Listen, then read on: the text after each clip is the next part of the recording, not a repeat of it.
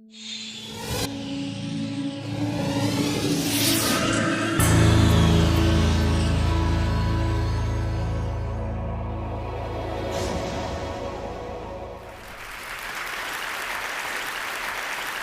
feels like we're all suffering from information overload or data glut. And the good news is there might be an easy solution to that, and that's using our eyes more.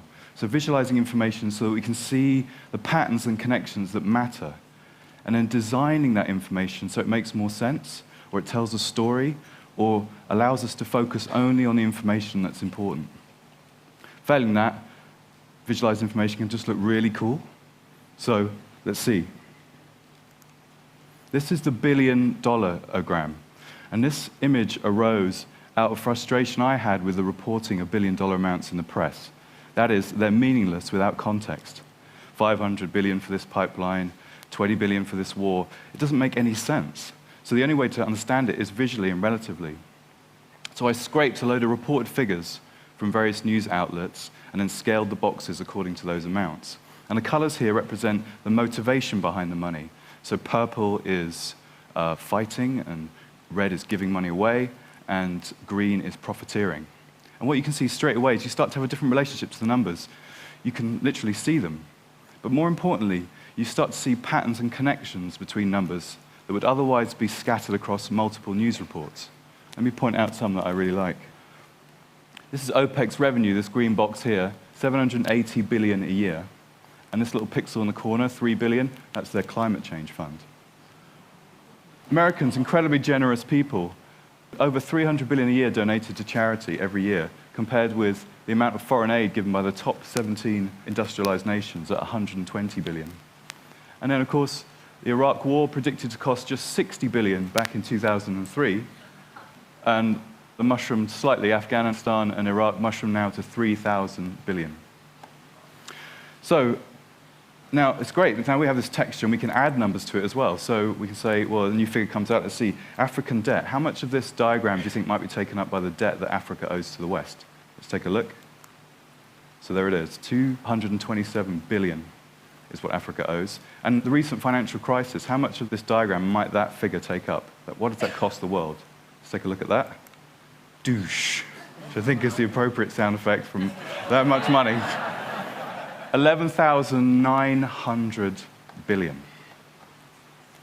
So by visualizing this information, we turned it into a landscape that you can explore with your eyes, a kind of map, really, a sort of information map. And when you're lost in information, an information map is kind of useful. So I want to show you another landscape now. I need to imagine what a landscape of the world's fears might look like. Let's take a look. This is mountains out of molehills, a timeline of global media panic. So I'll label this for you in a second. But the height here, I want to point out, is the intensity of certain fears as reported in the media. Let me point them out. So this, swine flu, pink. Bird flu. SARS, brownish here. Remember that one? The millennium bug. Terrible disaster. These little green peaks are asteroid collisions. And in summer here, killer wasps.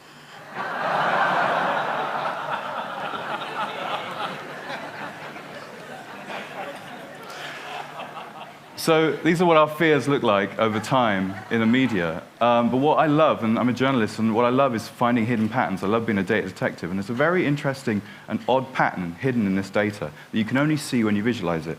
Let me highlight it for you. See this line? This is a landscape for violent video games. As you can see, there's a kind of odd, regular pattern in the data, twin peaks every year.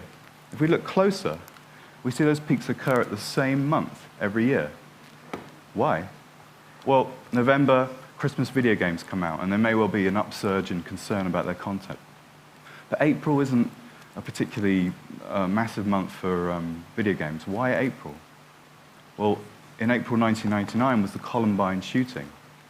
And since then, that fear has been remembered by the media and echoes through the group mind. Gradually through the year, you have retrospectives, anniversaries, court cases, even copycat shootings, all pushing that fear into the agenda. And there's another pattern here as well. Can you spot it? See that gap there? There's a gap. and it affects all the other stories. Why is there a gap there? You see where it starts? September 2001, when we had something very real to be scared about. So I've been working as a data journalist for about a year, and I keep hearing a phrase all the time, which is this: data is the new oil. Now, data is a kind of ubiquitous resource that we can shape to provide new innovations and new insights, and it's all around us, and it can be mined very easily. And it's not a particularly great metaphor in these times, especially if you live around the Gulf of Mexico, but I would perhaps adapt this metaphor slightly, and I would say that data is the new soil.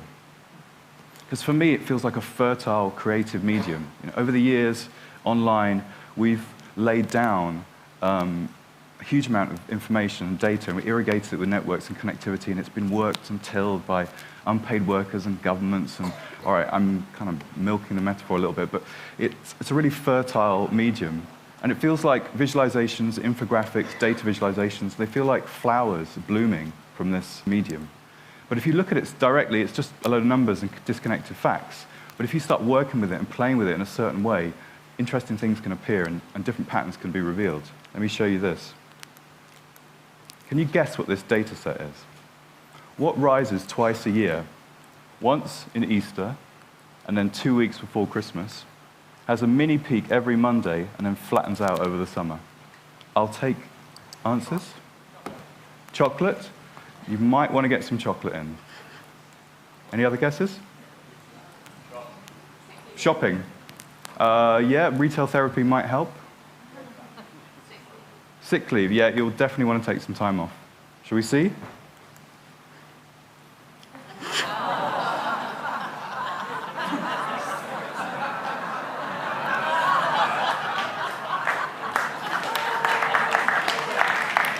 So, information guru Lee Byron and myself, we scraped 10,000 status Facebook updates for the phrase break up and broken up, and this was the pattern we found.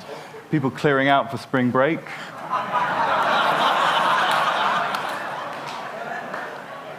Coming out of very bad weekends on the Monday. Being single over the summer. And then the lowest day of the year, of course, Christmas Day. Who would do that? So there's a titanic amount of data out there now, unprecedented. But if you ask the right kind of question or you work it in the right kind of way, interesting things can emerge. So information is beautiful, data is beautiful. I wonder if I could make my life beautiful. And here's my visual CV. I'm not quite sure I've succeeded. Pretty blocky, colors aren't that great. But I wanted to convey something to you. I started as a programmer, and then I worked as a writer for many years, about 20 years in print, online, and in advertising. And only recently have I started designing. And I've never been to design school. I've never studied art or anything. I just kind of learned through doing. And when I started designing, I've discovered an odd thing about myself. I already knew how to design, but it wasn't like I was amazingly brilliant at it, but more like I was sensitive to the ideas of grids and space and alignment and typography. It's almost like being exposed to all this media over the years had instilled a kind of dormant design literacy in me. And I don't feel like I'm unique. I feel like every day, all of us now are being blasted by information design. It's being poured into our eyes through the web. And we're all visualizers now, and we're all demanding a visual aspect to our information. And there's something almost quite magical about visual information. It's effortless. It literally pours it in. And if you're navigating a dense information jungle, coming across a beautiful graphic or a lovely data visualization, it's a relief. It's like coming across a clearing in the jungle. And I was curious about this, so it led me to the work of a Danish physicist called Tor Noritranders. And he converted the bandwidth of the senses into computer terms. So here we go. This is your senses pouring into your senses every second. Your sense of sight is the fastest. It has the same bandwidth as a computer network. Then you have touch, which is about the speed of a USB key.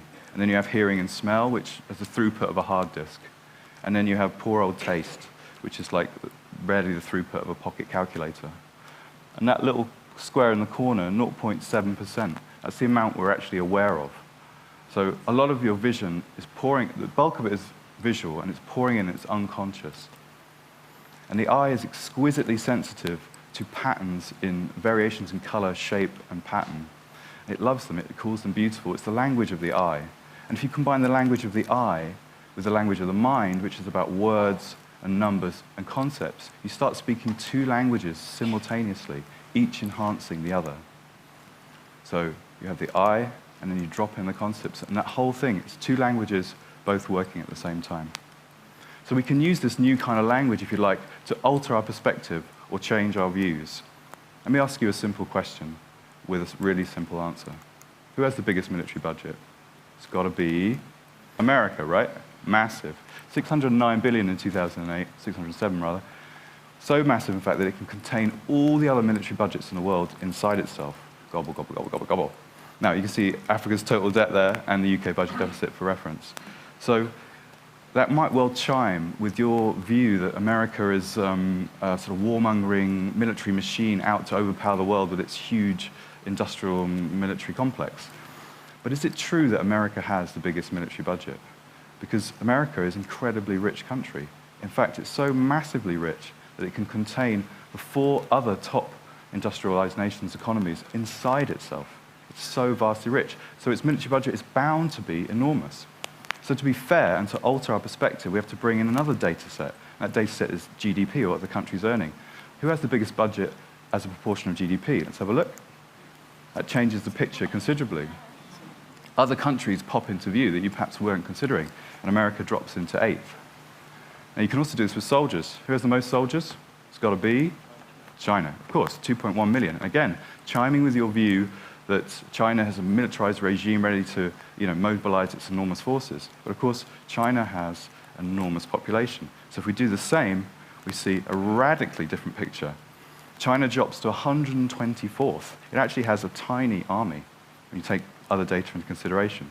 So absolute figures, like the military budget, in a connected world kind of don't give you the whole picture. They're not as true as they could be.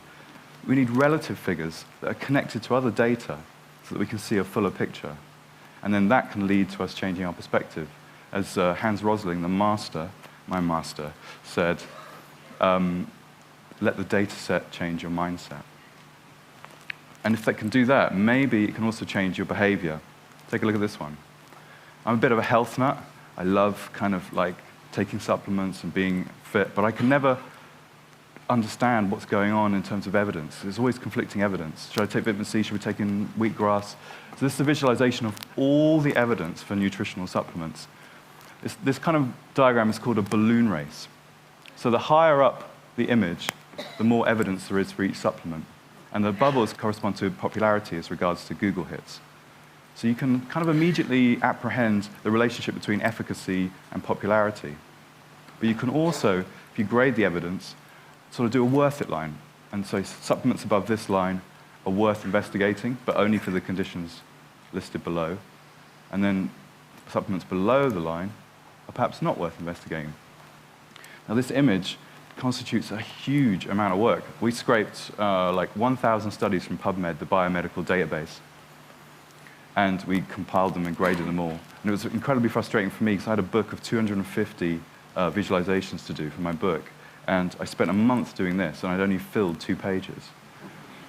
But what it points to is that visualizing information like this is a form of knowledge compression. It's a way of squeezing an enormous amount of information and understanding into a small space.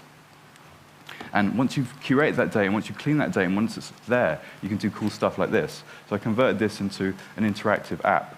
So I can now generate this application online, this visualization online, and I can say, yeah, brilliant. So it spawns itself. And then I can say, well, just show me the stuff that affects heart health. So let's filter that out. So heart is filtered out, so I can see if I'm curious about that. I think, no, I don't want to take any synthetics. I just want to see plants and just show me herbs and plants. There we go, all the natural ingredients. Now this app is spawning itself from the data. The data is all stored in a Google Doc, and it's literally generating itself from that data. So the data is now alive. This is a living image, and I can update it in a second. New evidence comes out. I just change a row on a spreadsheet. Douche.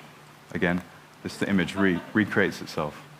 So it's cool. It's kind of living. But it kind of can go beyond data, and it can go beyond numbers. And I like to apply information visualization to ideas and concepts. This is a visualization of the political spectrum, an attempt for me to try and understand how it works and how the ideas percolate down from government into society and culture, into families, into individuals, into their beliefs, and then back round again in a cycle. What I love about this image is it's made up of concepts, it explores our worldviews, and it helps us, or it helps me anyway, to see what others think and to see where they're coming from. And it feels just incredibly cool to do that. And what was most exciting for me designing this was that when I was designing this image, I desperately wanted this side, the left side, to be better than the right side, being a kind of journalist, left-leaning person. But I couldn't, because I would have created a lopsided, biased diagram. So in order to really create a full image, I had to honor the perspectives on the right-hand side, and at the same time kind of uncomfortably recognize how many of those qualities were actually in me, which is very, very annoying and uncomfortable. But not too uncomfortable, because there's something unthreatening about seeing a political perspective versus being told or forced to listen to one. It's actually, you're capable of holding conflicting viewpoints joyously when you can see them. It's even fun to engage with them because it's visual. So that's what's exciting for me, seeing how data can change my perspective and change my mind midstream. Beautiful, lovely data. So, just to wrap up, I wanted to say that it feels to me that design is about solving problems and providing elegant solutions. And information design is about solving information problems. And it feels like we have a lot of information problems in our society at the moment, from the overload and the saturation to the breakdown of trust and reliability and runaway skepticism and lack of transparency, or even just interestingness. I mean, I find information just too interesting. It has a magnetic quality that draws me in. So visualizing information can give us a very quick solution to those kinds of problems. And even when the information is terrible, the visual can be quite beautiful. And often we can get clarity or the answer to a simple question very quickly, like this one. The recent Icelandic volcano, which was emitting the most CO2? Was it the plains or the volcano? The grounded plains or the volcano? So we can have a look. We look at the data and we see, yep, the volcano emitted 150,000 tons. The grounded plain would have emitted 345,000 if they were in the sky. So essentially, we had our first carbon neutral volcano. Yeah.